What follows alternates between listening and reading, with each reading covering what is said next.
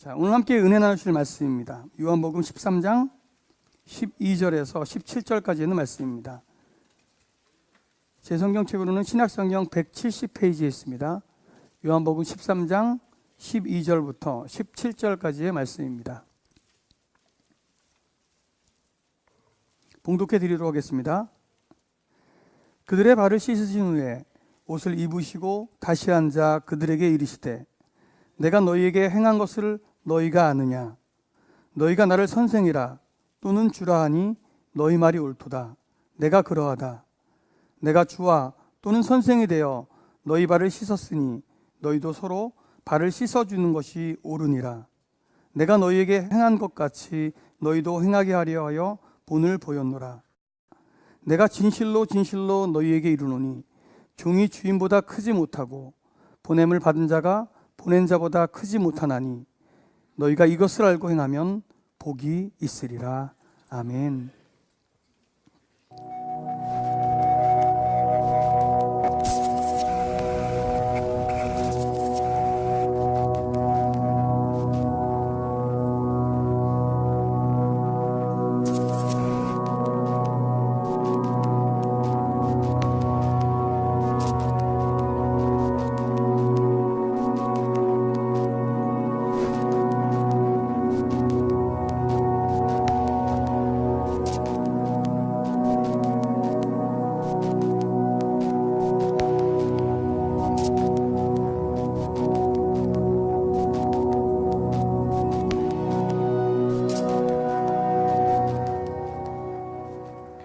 하나님의 사랑에 겨워서 하나님을 예배하는 여러분들을 주님의 이름으로 축복합니다.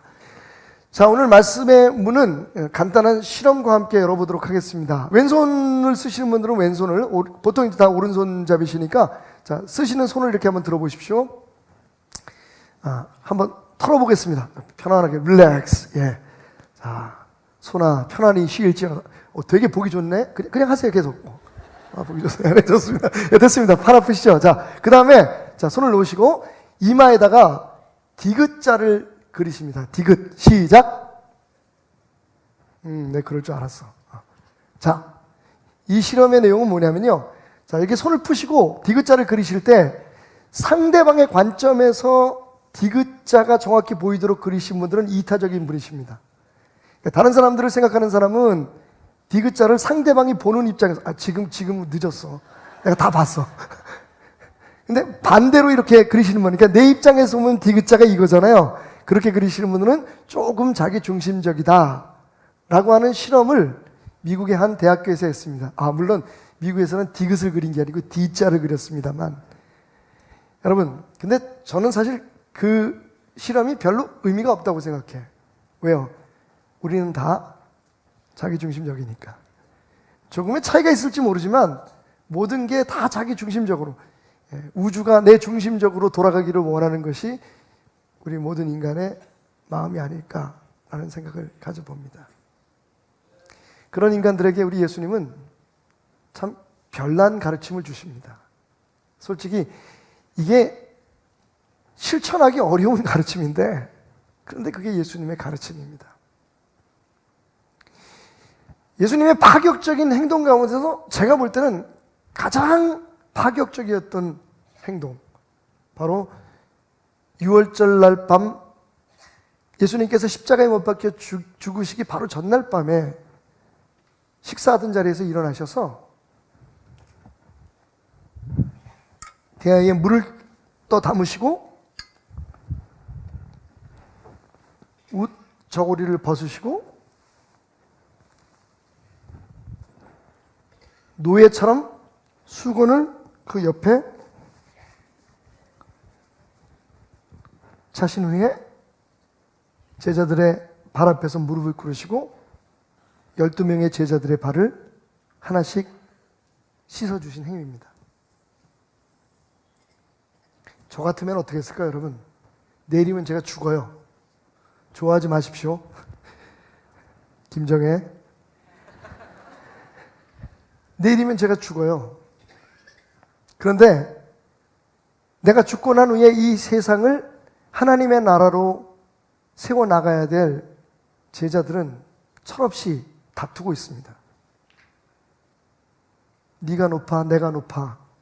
야, 예수님 얘기를 들어보니까, 우리 선생님 얘기를 들어보니까 내일이 그날인가 봐. 예수님께서 내일이면 당신이 이 땅에 오신 그 뜻을 이루시는 역사가 일어난대.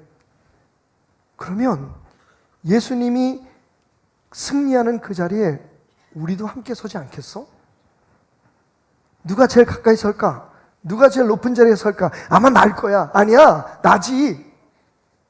희생으로 보면, 헌신으로 보면 내가 더 열심히 예수님을 섬기는 걸, 그 모습을 한참 바라보고 계시던 예수님께서 식사 자리에서 일어나셔서 겉옷을 벗으시고 무릎 꿇고 앉아 노예처럼 제자들의 발을 씻어주셨습니다. 물론 성경에는 예수님께서 제자들의 발을 씻어주시면서 여러 가지 말씀을 하셨다고 기록되어 있지만, 그냥 저만의 느낌일까요? 아니면 상상일까요? 예수님은 한참 그냥 그들의 때 묻은 발가락 하나하나를 닦아주시면서 물끄러미 그들의 발을 내려다 보셨을 겁니다. 저 같으면 그랬을 것 같아요. 이 정신 나간 것들아, 내일이면 내가 무슨 일을 당할 줄 아니? 내가 그동안에 너희들에게 얼마나 자주 내가 어떤 고통을 당하고 어떤 수모를 당하고 어떻게 세상을 구원하기 위해서 십자가에 죽어야 될 것을 너희들에게 말했느냐. 근데 지금 이 자리에서 이 밤이 새기만 하면 내가 너희들을 떠나야 될 이 순간에조차 너희들은 누가 크냐, 누가 작으냐, 누가 잘났냐, 누가 못났냐, 누가 대접을 받아야 되느냐, 누가 섬겨야 되느냐를 따지고 앉아있느냐. 이 한심한 것들아. 저는 아마 화를 내고 야단을 쳤을 것 같아요. 죄송합니다, 여러분. 그랬을 것 같아요. 근데 예수님은 말없이 그들의 발을 씻겨 주십니다. 여러분, 이 기행에 가까운 예수님의 파격적인 행동이 우리에게 주는 교훈은 뭘까요? 유언보다 더 강했던, 예수님의 마지막 이 세상에서 남겼던 말씀보다 더 강했던 이 하나의 행동이 오늘 우리에게 어떤 깨달음을 요구하고 있을까요?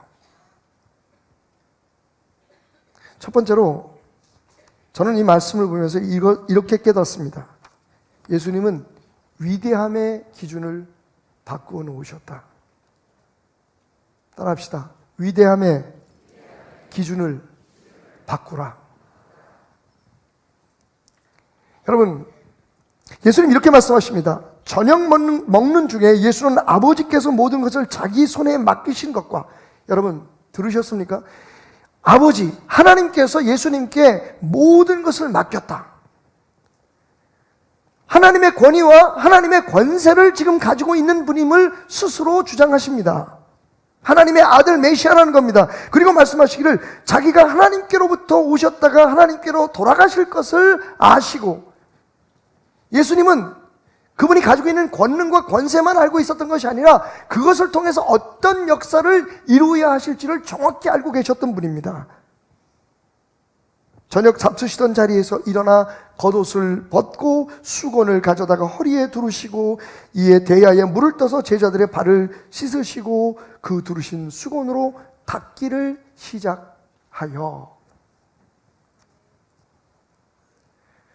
여러분, 예수님 이전에 예수님이 사셨던 그 주변 세상 사회의 기준은, 위대함의 기준은 황제가 되는 것입니다.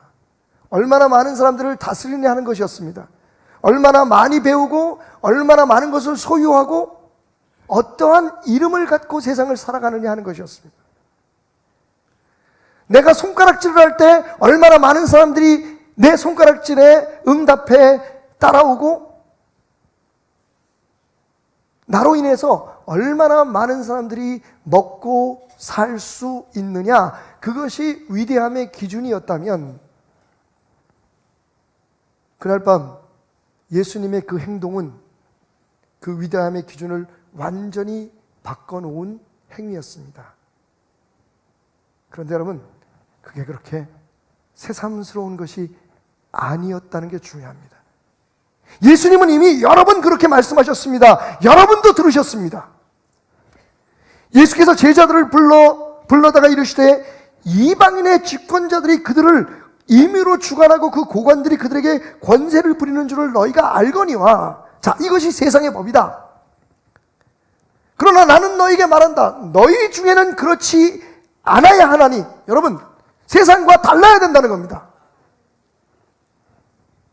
너희 중에 누구든지 크고자 하는 자는 너희를 섬기는 자가 되고, 너희 중에 누구든지 으뜸이 되고자 하는 자는 너희의 종이 되어야 하리라. 아멘. 이것이 우리가 살고 있는 더 큰 세상, 아니 우리가 진정으로 속해 있는 하나님 나라의 법이요 질서요 기준이라고 예수님은 지금 말씀하고 계시는 겁니다. 그런데 우리는 지금 어떻게 하고 있습니까? 그런데 제자들은 어떻게 했습니까? 그런 예수님 앞에서, 그런 행동을 보이시는 예수님 앞에서 그들은 누가 더 으뜸이 되고, 누가 더 지배하는 자가 되고, 누가 더 칭찬을 받는 자가 되고, 누가 더 높임을 받는 자가 되고, 누가 더 많은 것을 소유하는 사람이 될 것인가를 서로 논쟁하고 다투고 있었다는 겁니다. 우리는 어떻습니까? 우리는 어떻습니까?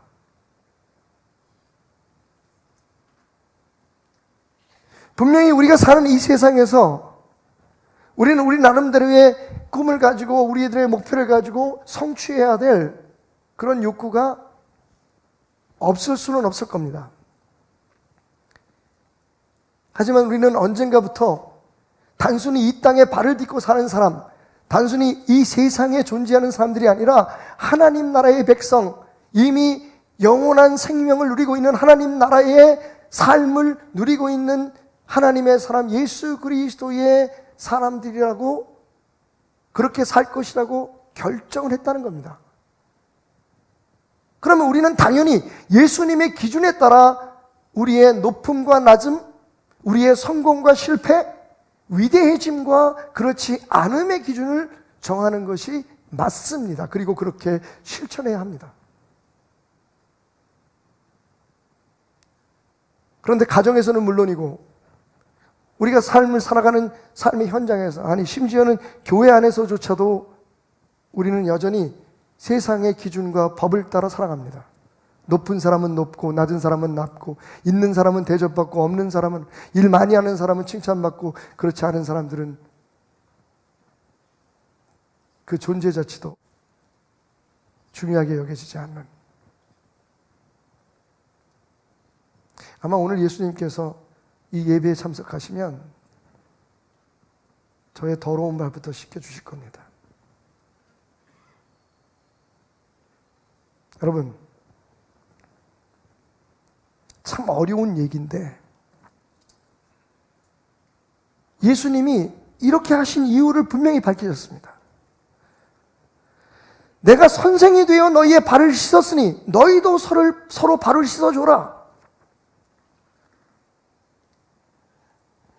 여러분, 내가 선생인데, 내가 대접받아야 될 위치에 있는데, 내가 큰 소리 쳐야 될 위치에 있는데, 내가 명령해야 될 위치에 있는데도 불구하고 나는 너희들의 발을 씻어 주었다.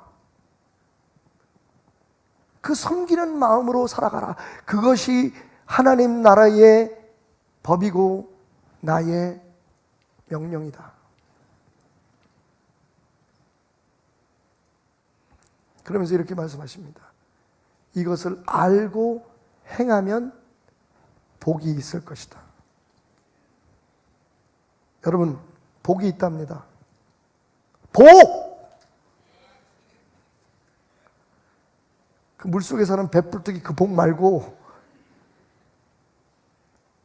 여러분, 많은 사람들이 예수 그리스도 안에서 하나님 안에서 복을 받기를 원합니다. 그 복이 무엇이든지.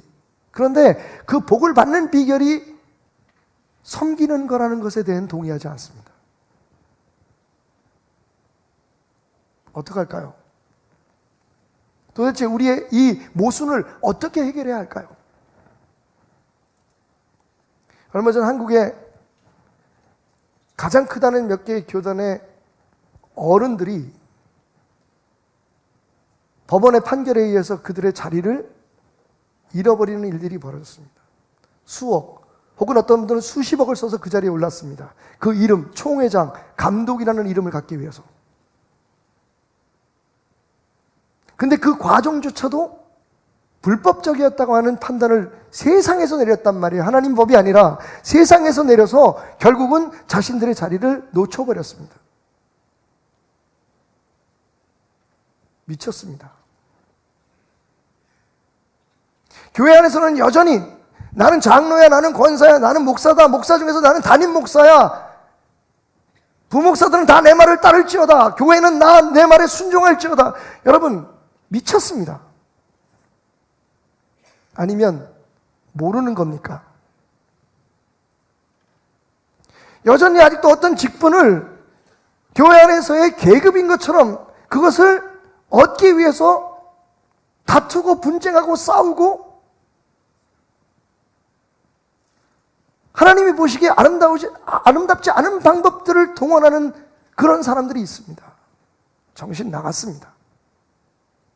아니면 그들의 성경에는 그런 말씀이 없는 걸까요? 여러분, 분명히 예수님은 이 행위를 통해서 위대함의 기준을 바꾸셨을 뿐만 아니라 한번 따라 합시다. 호칭은 섬김의 기회이다. 그것을 우리에게 깨닫게 해주신 겁니다. 여러분, 큰 이름이 누리기 위해서 주어진 이름이 아니라 세상 사람들처럼 어떤 권위가 그 권위를 통해서 다른 사람들을 다스리고 다른 사람들을 자기 마음대로 뜻대로 이렇게 저렇게 움직이게 하기 위해서 주어진 이름이 아니라 그 이름은 하나님께서 우리에게 섬기라고 주신 기회요. 그 이름은 우리의 사명이라는 겁니다.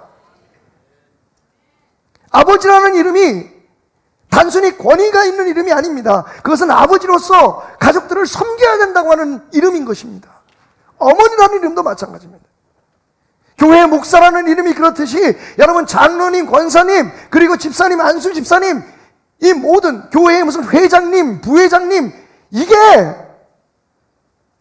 사람들 앞에 높임을 받고 사람들 앞에 인정을 받으라고 하는 이름이 아니라 섬기라는 이름이라는 겁니다. 자, 예수님의 말씀을 들어보십시오.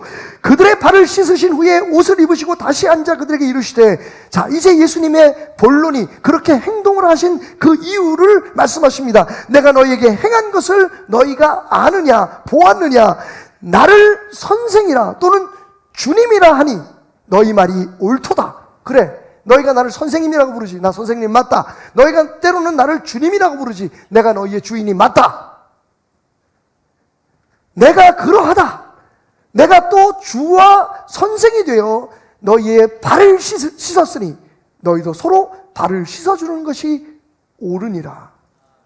여러분, 이거 누가 기대했던 말일까요?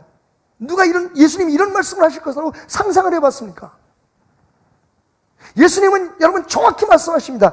이 말씀을 오늘 여러분 가정에 들어가서 초등학교 5학년, 6학년 여러분 손주에게 그리고 자녀들에게 읽어보고 그 뜻이 무엇인지 물어보십시오. 아이들이 정확히 압니다.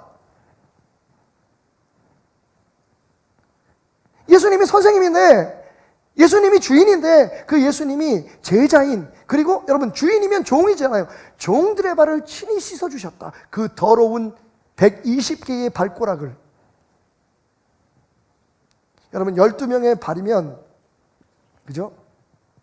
발로 따지면 24개가 되겠죠. 하지만 여러분 발가락으로 생각하면 120개예요. 그 중에 발가락이 없는 사람은 없었겠죠. 예수님께서 그 발가락 120개 하나하나를 아무 말 없이 왜 그렇게 행동하고 있는지 말씀도 안 하시고 그냥 발을 씻어주셨다는 거예요. 여러분, 유대 나라의 그 거친 땅에, 그 메마른 땅에 얼마나 발이 더러웠겠어요. 그 발가락 하나하나를 이제 얼마 있지 않으면 못 박혀 피 흘릴 그 손으로 하나하나 후벼가며 씻어주셨단 말이에요. 그리고 그 이유가 내가 한 것처럼 너희도 그렇게 살라는 겁니다. 그게 하나님의 나라의 백성, 그게 하나님 나라의 귀한 이름을 가진 자들의 사명이라는 겁니다. 예수님은 이렇게 풀고 계십니다. 선생이라는 내 이름은, 주님이라는 내 이름은 너희를 섬기라고 하나님께서 내게 주신 이름이라고.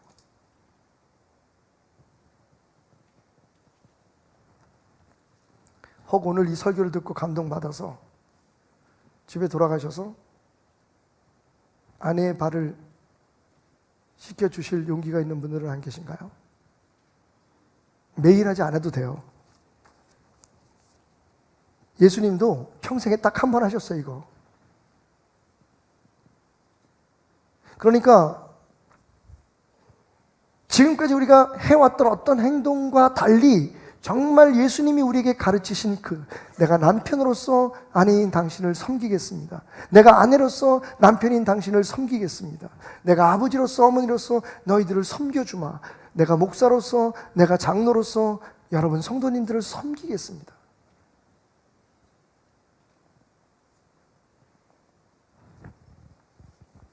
혹 오늘 여러분 가운데 집에 돌아가셔서 지난 설 정말 고생했던 며느리의 그 땀난 발을 씻어줄 시어머님 안 계십니까?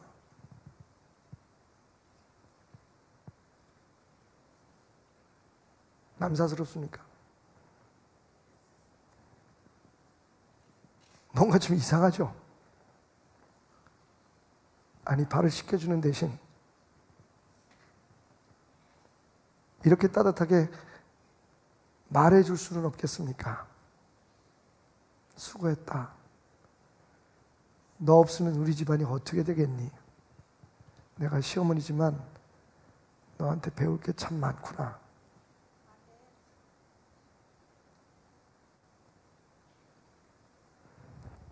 뭔가 잘못됐어요. 정말 우리 잘못됐습니다. 우리가 예수님을 몰랐다면, 우리가 천국의 백성이 아니라면, 그런데 어떡합니까, 여러분?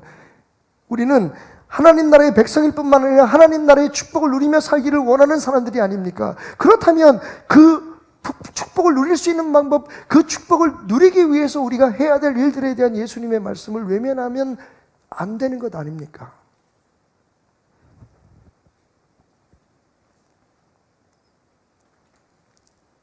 예수님은 이렇게 말씀하십니다.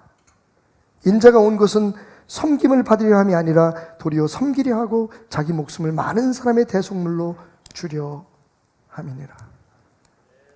여러분, 이름은요, 섬기라고 준 기회입니다.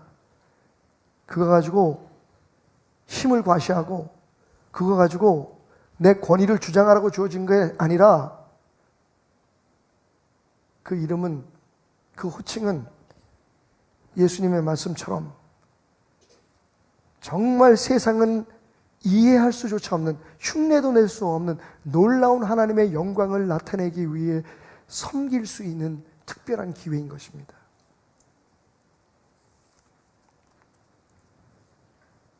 제가 말씀을 준비하다가 어제 함께 일하는 목사님 한 분에게 정말 뜻하지 않게, 제 마음은 그게 아닌데 계획했던 일이 제대로 되지 않아서 상처를 줬다는 생각이 들었어요. 제가 밤늦게 생각났을 때 안 하면 안 될 것 같아서 전화를 걸었습니다. 제가 그렇게 했다는 걸 내세우려고 하는 게 아니라, 여러분, 제가 잘했다고 생각해서 말씀드리는 거예요. 항상 그럴 수는 없을 겁니다. 근데 제가 그 목사님에게 전화해서 그렇게 얘기했어요. 목사님, 나 때문에 마음이 아팠으면 미안하다. 어떤 방송국 앵커가 한 말 같네. 죄송합니다. 그거 아니에요. 네가 아팠다면 그래, 미안하다. 그거 아니에요. 정말 제가 아픔을 줬다는 걸 알았어요. 처음부터 희망을 주지 않았으면 실망도 없었을 텐데, 저는 정말 그분을 생각해서, 솔직한 얘기지만 여러분, 저는 지금 제가 이 교회를 떠나고 난 후에 그 앞길보다 저와 함께 25년 동안 섬겨왔던 우리 목사님들의 앞길이 더 걱정됩니다. 그냥 무슨 근거에서 오는 자신감인지 혹은 평안함인지 모르겠지만 저는 그냥 목회를 그만둬도 살 수 있을 것 같아요. 막연히 별로 준비도 안 했어요. 근데 그냥 살 것 같아요. 근데 저와 함께 일해왔던 여러분의 목사님들은 어떡할까? 이게 너무 머리가 아파요, 솔직히. 마음이 아파요. 어쨌든 저만큼 기회가 주어지지 않을 것 같다는 생각 때문에 그래요. 알아서 잘 살겠지만. 그래서 제가 나름대로 목사님들 길을 어떻게 하든지 인도해 주려고 노력을 하는데 그게 생각대로 안 되네요.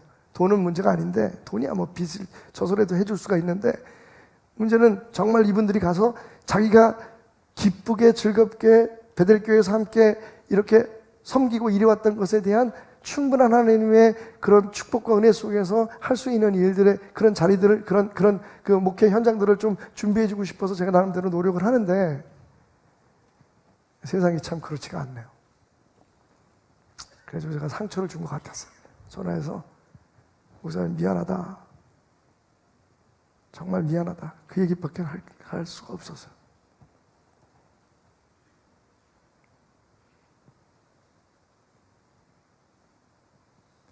오히려 저를 위로하시더라고요. 목사님, 제가 그 몇 주 동안 참 행복했습니다. 목사님이 정말 저와 저희 가정의 앞길을 생각해 주시는 것 같고, 제 마음속에 어떤 계획과 기도 제목이 있다는 걸 목사님이 알고 계신 것 같아서 행복했습니다. 아무것도 해준 게 없는데, 아니 목사님,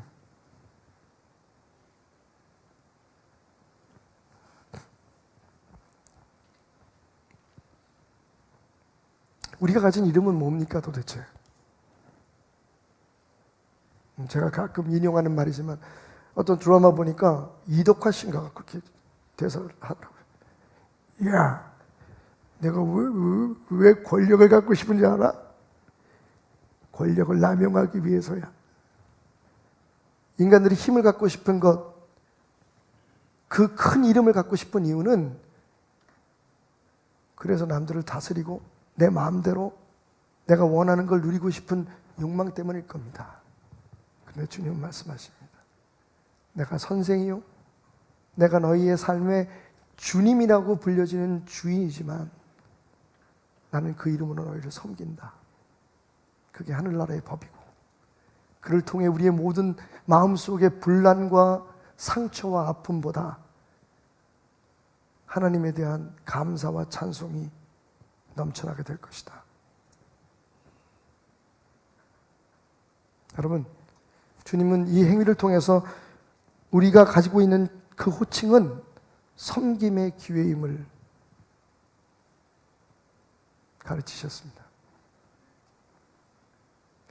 결국 저는 이 행동을 통해서 짧게 결론을 짓자면, 우리가 자아인력으로부터 벗어나야 한다는 사실입니다. 한번 따라해 볼까요? 자아인력으로부터 벗어나자. 여러분, 자아인력이라는 말은 만유인력이라고 하는 말에서 제가 따온 겁니다. 만유인력이 무엇입니까? 모든 만물은 서로 잡아당기는 게 있죠. 만유인력 중에서 가장 강력한 게 뭐냐면 중력입니다.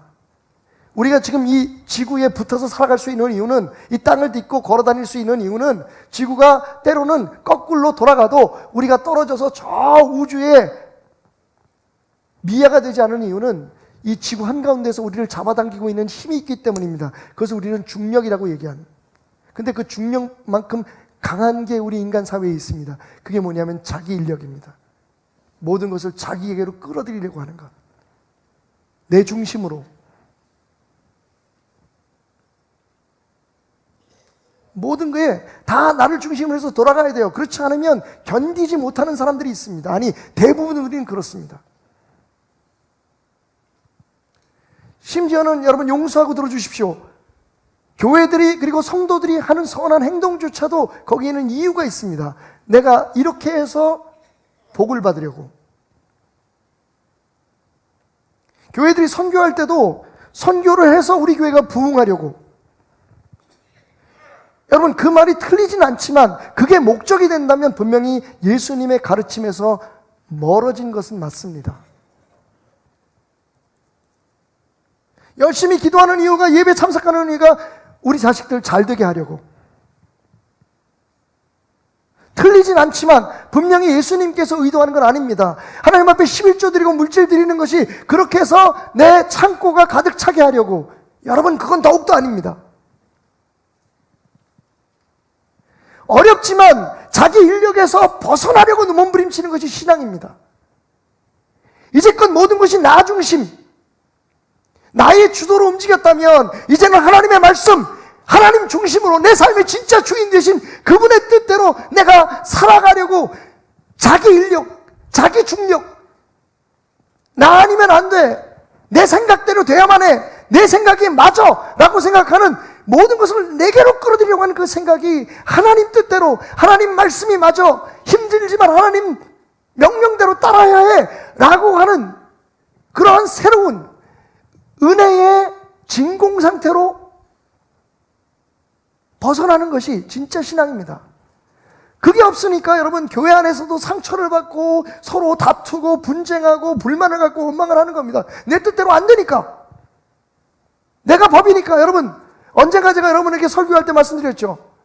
우리의 변화는 진정한 하나님을 향해서 우리가 전진할 수 있는 첫 번째 걸음은 내 생각이 틀릴 수 있다. 내가 지금 알고 있고 내가 지금 믿고 있는 것 자체가 내가 그동안에 해왔던 것들이 하나님의 뜻이 아닐 수 있다. 다른 사람들의 생각이 맞을 수도 있다라고 인정하는 순간부터 우리의 첫 걸음은, 자기 인력에서 벗어나는 첫 걸음은 시작되는 겁니다. 그런데 여전히 여러분, 내 말이 하나님 뜻이고 내가 하는 게 하나님 뜻이고 이건 내가 포기할 수 없고 저건 내가 버릴 수 없고, 그게 바로 오늘 하나님 나라에 속해 있다고 말하는 우리들이 삶에 있어서는 세상의 법을 따라 살아갈 수밖에 없는 위선적인 사람들로 살아갈 수밖에 없는 이유입니다. 자기 인력에서 벗어나야 됩니다. 주님 말씀에 우리의 삶이 끌려가야 됩니다. 하나님의 은혜에 내 삶이 달라붙어져야 되는 겁니다. 하나님 믿으면 뭐합니까? 예수 말씀 들으면 뭐합니까? 여러분, 전혀 새롭지 않은 이 말씀이 우리에게 왜 이렇게 오늘 부담스럽습니까? 이렇게 많이 듣고 또 보고 보았던 그 말씀이 30년 40년 동안에 최소한 몇십 번은 들었을 법한 이 제자들의 발을 씻어주시면서 너희가 섬기는 자가 되라. 내가 선생이요 주가 되어서 섬겼으니 이건 본을 보이기 위해서 내가 한 특별한 행동이니 너희들이 그대로 본받아 섬기는 자가 되라. 하늘나라에서는 섬기는 자가 으뜸이다. 하늘나라에서는 종이 되는 자가 선생이다. 그렇게 가르치는 말씀을 우리가 못 들은 게 아닌데 실천하지 않습니다. 그래서 아마 예수님은 이 말을 붙이셨던 것 같아요. 알고 행하는 자는 복이 있다. 여러분, 우리에게서 아는 것과 행함 사이는 왜 이렇게 멉니까? 아니, 사실은 멀다기보단 암과 행함 사이에 가로막혀 있는 자기 인력, 우리 자신의 욕심과 욕망과 우리의 고정관념과 생각이, 그게 하나님 말씀인 줄 아는데, 그렇게 되면 우리가 가지고 있는 대부분의 문제가 해결될 수 있는 걸 아는데, 가정의 부부간의 문제도, 여러분 고부간의 문제도, 삶의 자녀와 부모 간의 문제도, 그리고 여러 가지 직장에서 일어나는 여러 가지 문제도, 교회 안에서 일어나는 분쟁도, 그게 바로 해결하는 시작점인 줄 알고 있는데, 여러분 알면 뭐합니까? 행함이 없으니 복이 없는 겁니다. 우리가 기대하는 참 하늘의 복, 가정의 평화, 일터에서의 화합, 남편과 아내가 서로 나보다 서로를 더 아끼고 살아가는 것, 자식들이 정말 내 계획, 내 생각이 아니라 그보다 더 좋은 하나님의 계획, 하나님의 뜻대로 살아갈 수 있도록 그 앞길이 열리는 것. 여러분, 그 진정한 축복이 어디서 오냐면 내가 내 이름을 내려놓고, 아니 그 이름을 기회로 삼아 섬기기 시작할 때부터 시작된다고 예수님은 말씀하고 계십니다. 너희의 영생의 축복이 어디 있느냐? 알고 행하는 데 있다.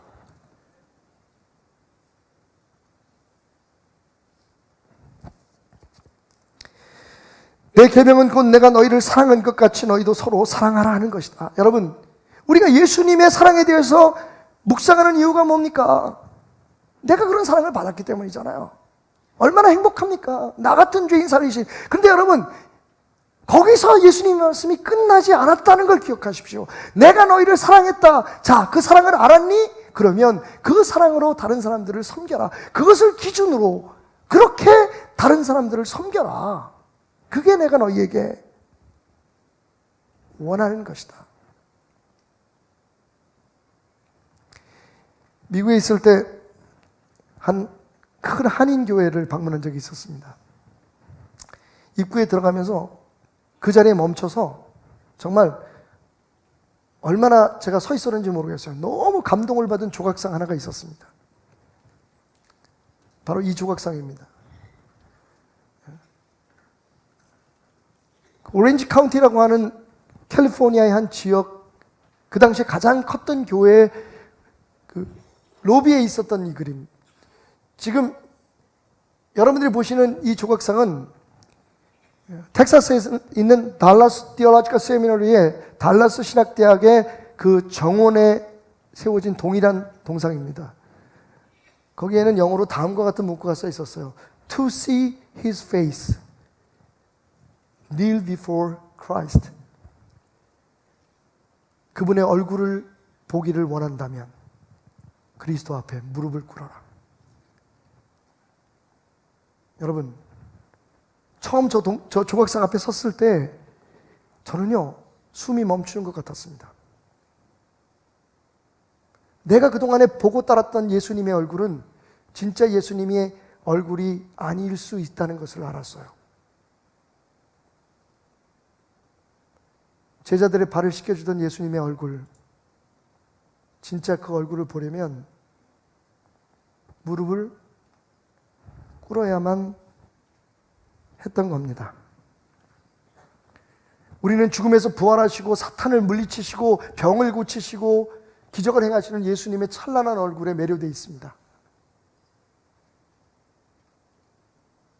그래서 그 얼굴만을 매일 구합니다. 나를 도우소서, 나를 이기게 하소서, 나를 모든 위험에서 건지소서. 그런데 주님 말씀하십니다. 자, 그 승리의 얼굴, 찬란한 영광의 얼굴만이 내 얼굴이 아니다. 그날 너희들에게 영원히 변치 않는 진리의 교훈을 남기기 위해 제자들의 발을 씻어주었던 땀방울이 맺힌 사랑으로 젖은 내 얼굴을 너는 본 적이 있는가? 그 얼굴은 내가 무릎을 꿇어야만 볼 수 있는 얼굴이었습니다. 그 얼굴은 내가 누군가의 발을 씻어주듯 섬길 때에만 볼 수 있는 얼굴이었습니다. To see his face, kneel before Christ. 여러분, 언제까지 찬란히 빛나는 예수님의 얼굴만 보고 따라가시겠습니까?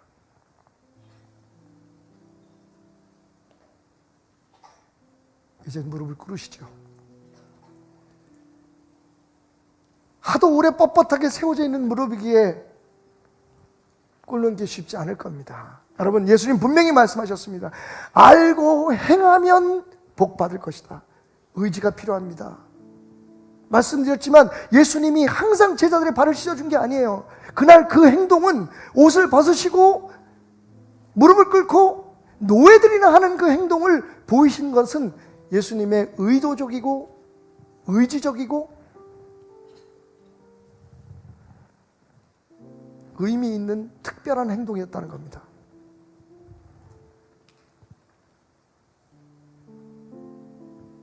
우리의 뻣뻣한 무릎은 그렇게 예수님의 명령 앞에 꿇어져야 됩니다.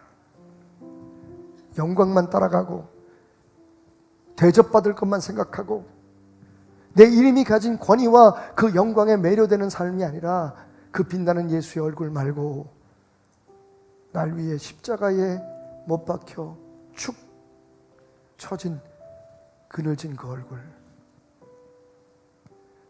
머리에서 흘러내리는 핏방울로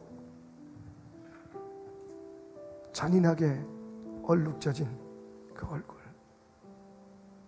지금도 나를 섬기기 위해 지금도 섬기는 자가 되라고 제자들의 발을 씻어주며 교훈하셨던 그 더러운 발냄새에 억지로 참아내려고 찌그러졌던 그 얼굴,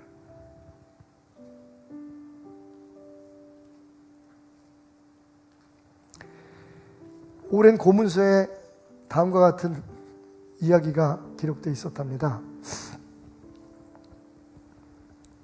남편의 이름은 요셉, 그리고 아내의 이름은 아스낫이었습니다. 그 두 부부의 이름이 우리에게 보여주듯 그들은 이집트, 애굽에서 살던 유대인들이었어요.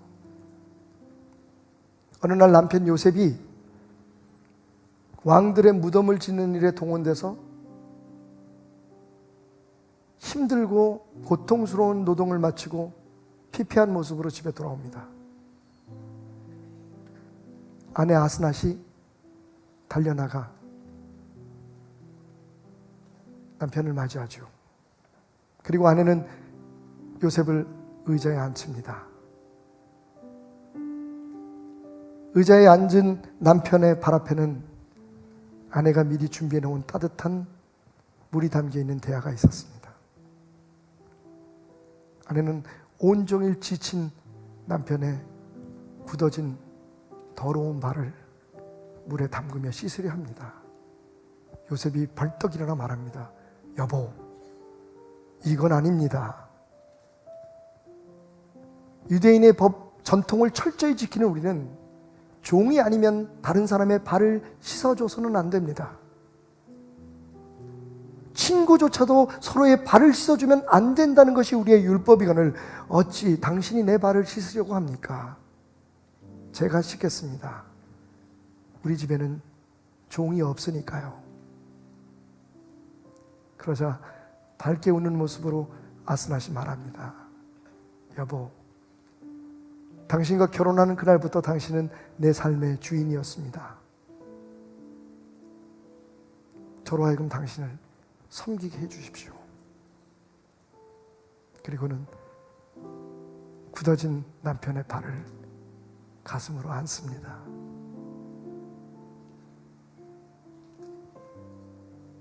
와우. 제가 설교 준비하면서 어제 밤에 아내에게 물었어요. 여보, 진짜 좋은 얘기다, 그지? 어떻게 생각해? 아내가 말합니다. 나는 반댈세. 왜 꼭 부인이 발을 씻어줘야 되냐? 예수님 말씀대로면 남편이 먼저 씻어줘야지. 그래서 그런 얘기가 아니잖아. 이게 지금 그걸 따질 때가 아니잖아. 나는 그래.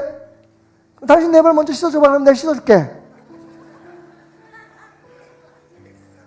결국 우리의 전쟁은 서로 등을 맞대고 자는 것으로 평화를 되찾았습니다.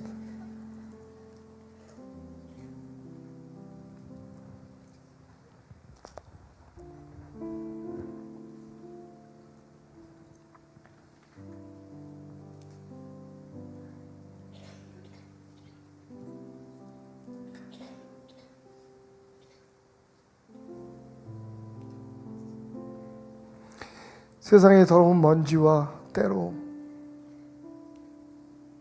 오염된 그 12개, 120개의 발가락, 정성껏 닦으시는 예수님의 모습, 여러분 힘들어도 어려워도 우리가 배우고 본받아야 될 천국의 축복이 담긴 행위입니다. 여러분의 가정에 천국의 평화가 있기를 원하십니까? 정말 무엇이 문제인지 모르게 서로 부딪히고 서로 부딪혀야 했던 삶의 현장의 문제들이 해결받기를 원하십니까? 그러면 이제 자리에서 일어나셔서 겉옷을 벗고 그건 수치가 아닙니다. 지는 게 아닙니다. 주님의 사랑으로, 주님이 주신 능력으로 무릎을 꿇으십시오.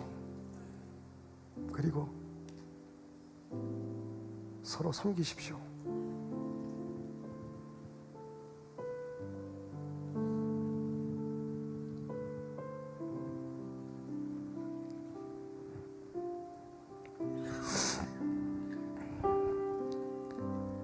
주 그 발 앞에 무릎 꿇고 그 사랑에 남기네. 어떤 말도 그 어떤 소리도 그 발 앞에서 잠잠해지네. 주 나의 사랑 그 발 앞에 앉아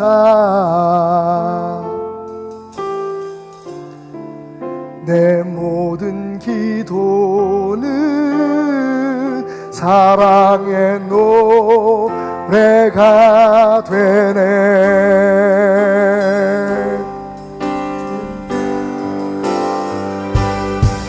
주의 옷자락 만지며 주의 두 발을 씻기며 주님 그 발에 입 맞추며 나의 왕관을 배우리.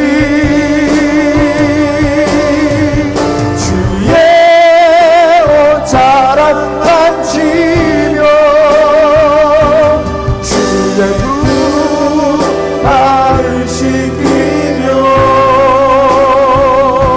주님 그 발에 입 맞추며 나의 왕관을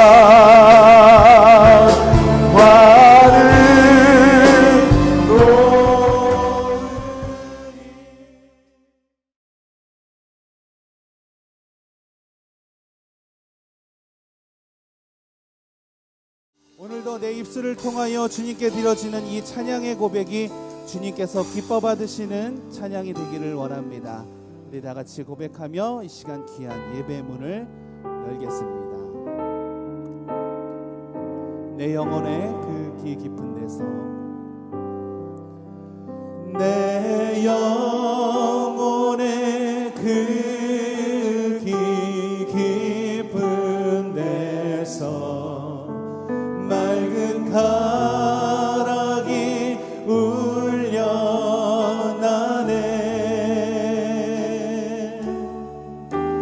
하늘 곡조가 언제나 흘러나와 내 영혼을 고이 사네. 내 마음속에 솟아난 내 맘속에 솟아나 이 평화는 깊이 묻힌 보배로다.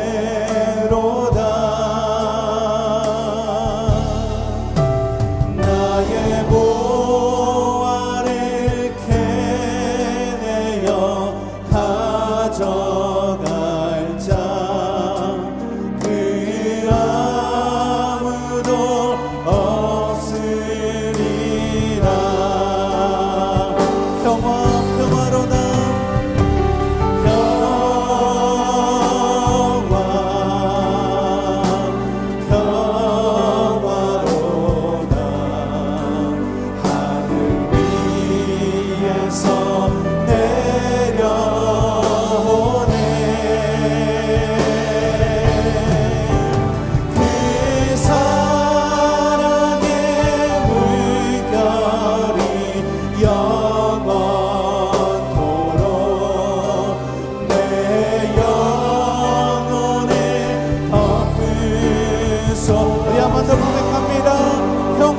평화로다.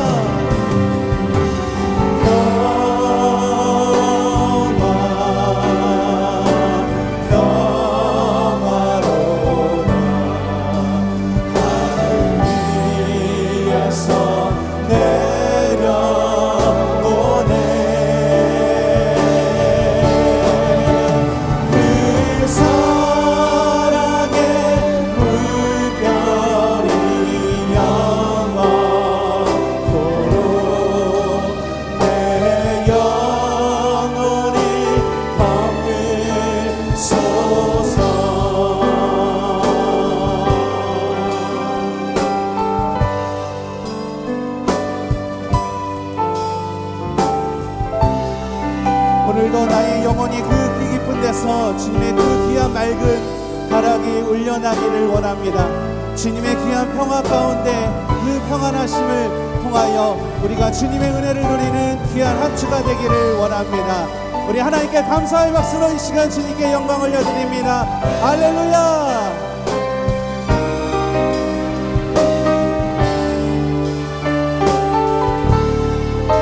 우리 한 번 더 고백합니다. 내 영혼에 평화가 넘쳐나는 내 영혼에 평화가 넘쳐나는 주의 큰 복을 받음이라.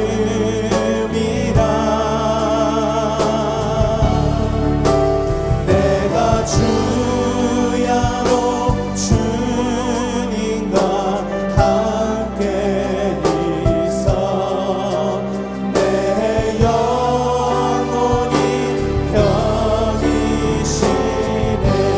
이 땅의 험한 길, 이 땅 위에 험한 길 가는 곳 참된 평화가 참된 평화가 어디 있나. 우리 모두 다 예수님, 우리 모두 다 예수를 친구 삼아 참 평화를 누리게 돼. 평화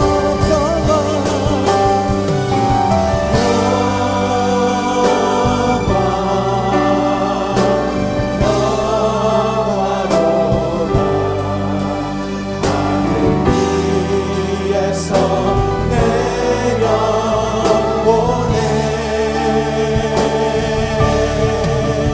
그 사랑의 물결이 영원토록 내 영혼을 머금소. 우리 한 번 더 고백합니다. 평화로다.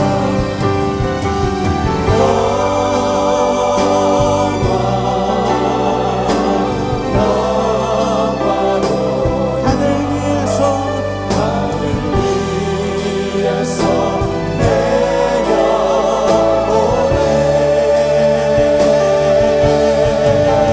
그 사랑의 물결이 영원토록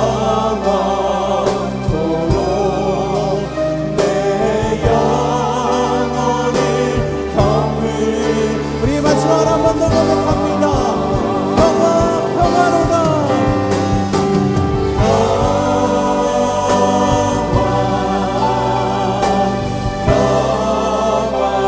하늘 위에서 내려오네.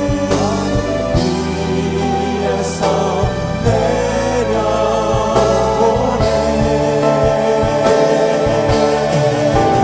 그 사랑의 물결이 영원토록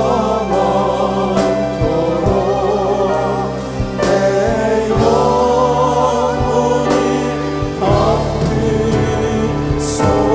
덮으소서. 할렐루야. 오늘도 이 시간 이곳에 인도하신 하나님 감사합니다. 주님을 찬양합니다. 아멘.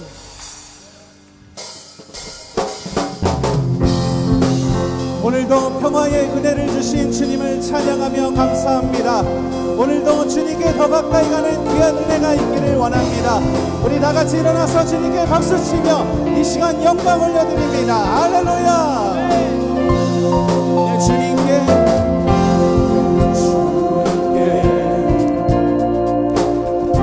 더 가까이 내 영이 기뻐하며 내 영 기뻐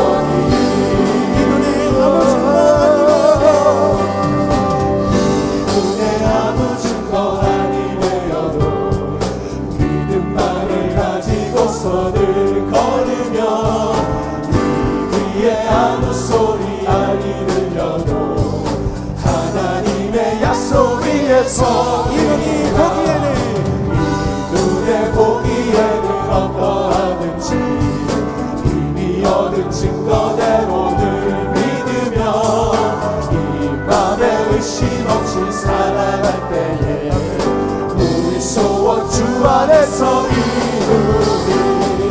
걸어가세 그 위에 서서 나가세 나가세 의심 버리고 걸어가세 그 위에 서서 눈과 위에 아무 증거 주님의 거룩함을 주님의 거룩함을 두고 맹세하.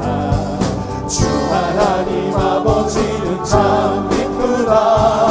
그 귀한 모든 약속 믿는 자에게 믿지 못할 무슨 일이 있을까.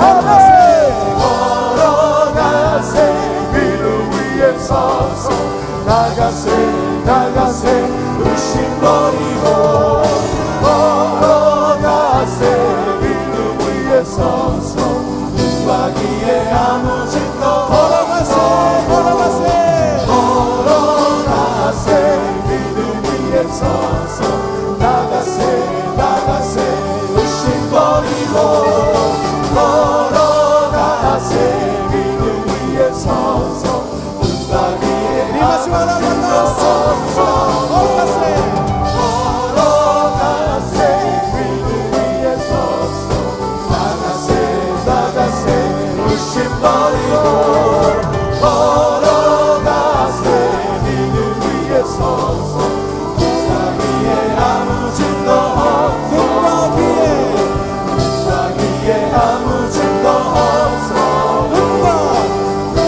위에 아무 죄도 없었고. 할렐루야. 오늘도 귀한 믿음 위에 서서 주님의 이름을 붙잡고 걸어갑니다. 할렐루야.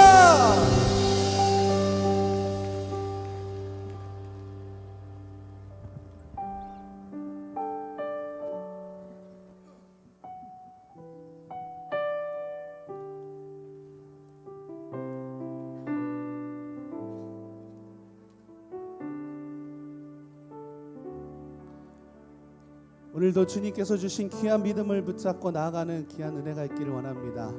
그 믿음 위에 서서 걸어가는 굳센 믿음을 가지고 나아가는 축복이 있기를 원합니다. 그 믿음을 붙잡고 나아갈 때에 내가 주인 삼은 모든 것을 내려놓고 오직 주님만 의지하며 나아가기를 원합니다. 이 고백이 변치 않기를 간절히 소망합니다. 우리 같이 입술로 고백하며 이 시간 귀한 예배 가운데 나가겠습니다.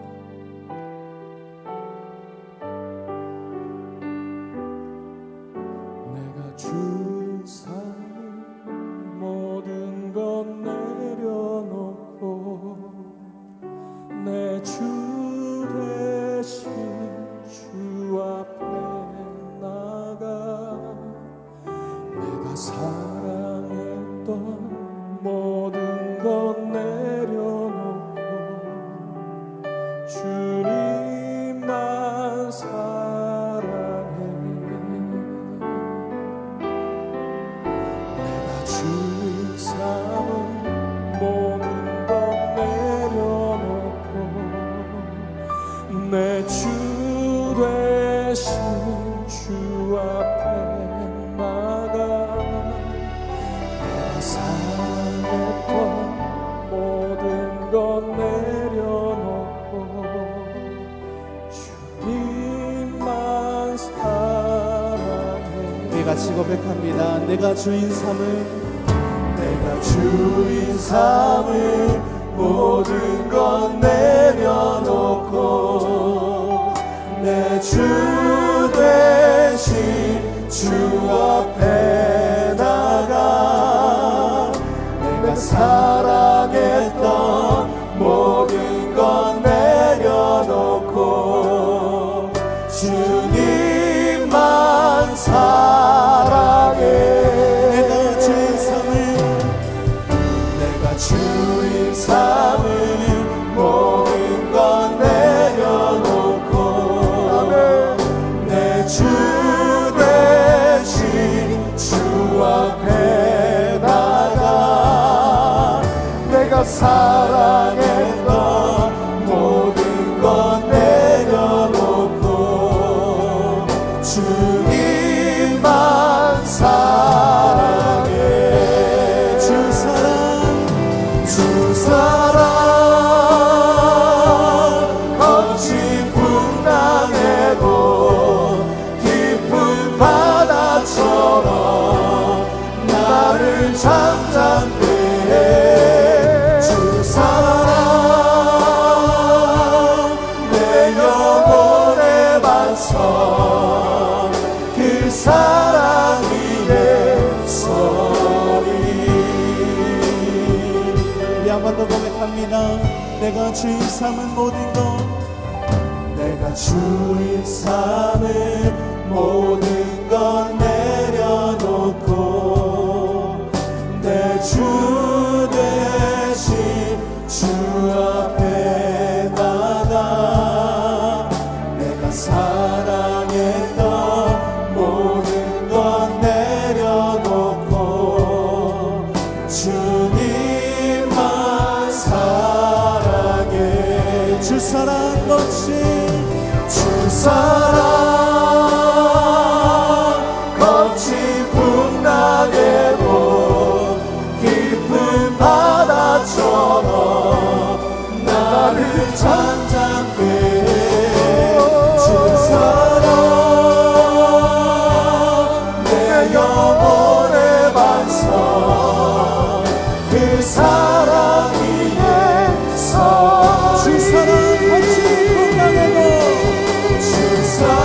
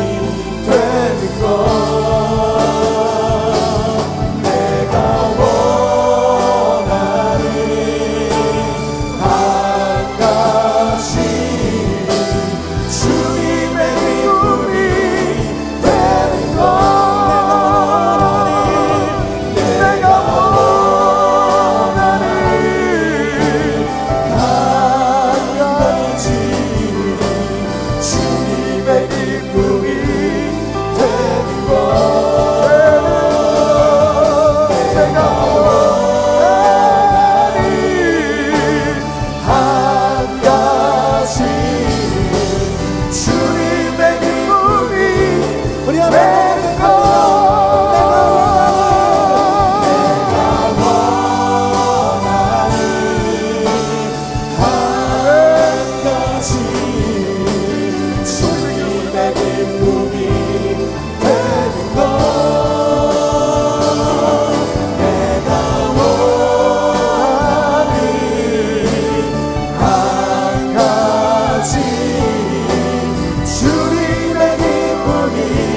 우리 마지막 한 번 더 고백합니다. 내가 원하는 한 가지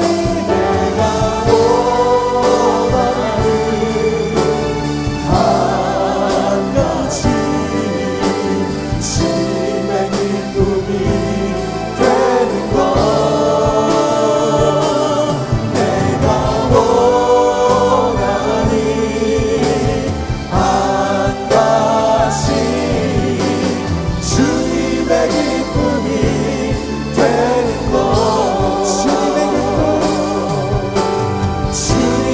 기쁨이 되는 것 주님의 기쁨이 되는 것 할렐루야. 주님 감사합니다. 우리 박수로 주님께 영광 올려드리며 이 귀한 예배